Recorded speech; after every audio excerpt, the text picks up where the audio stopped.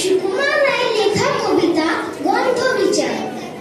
সিংহাসনে বসলো রাজা, বাজলো কাঁসর ঘন্টা, ছটপটিয়ে উঠলো কেঁপে মন্ত্রী বুড়োর মনটা। বললে রাজা, মন্ত্রী তোমার জামায় কেন গন্ধ? মন্ত্রী বলে, এসেন্স দিছি, গন্ধ তো নয় মন্দ। রাজা বলে, মন্দ ভালো দেখুব সুখে বদ্যি।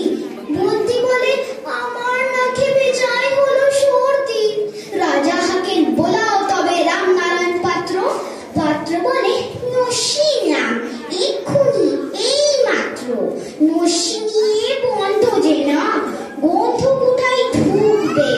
রাজা বলেন, কোটাল তবে এগিয়ে এসো, শুকবে। কোটাল বলে, কোন খেয়েছো?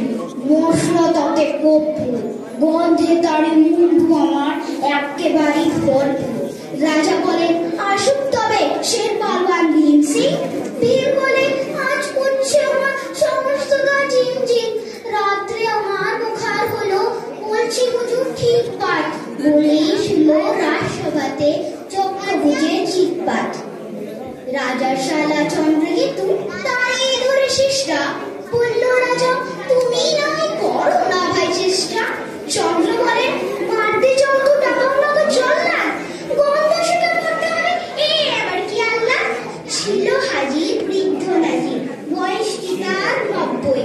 ভাবলো মনে, ভয় কেন আর, একদিন তো মরবই। সাহস করে বললে, বলো মিথ্যে সময় বকশিস, শুকতে পারি হুকুম পেলে এবং পেলেন বকশিস। রাজা বলেন, 1000 টাকায় নাম পাবে সদ্য। তাই না শুনে উৎসাহেতে উঠলো পুরো মদ্য। জামার পরে নাক ঠেকিয়ে শুকলো কত গন্ধ। রইল অটল, দেখলো লোকে বিস্ময় বাক বন্ধ। রাজ্যে হলো জয় জয়।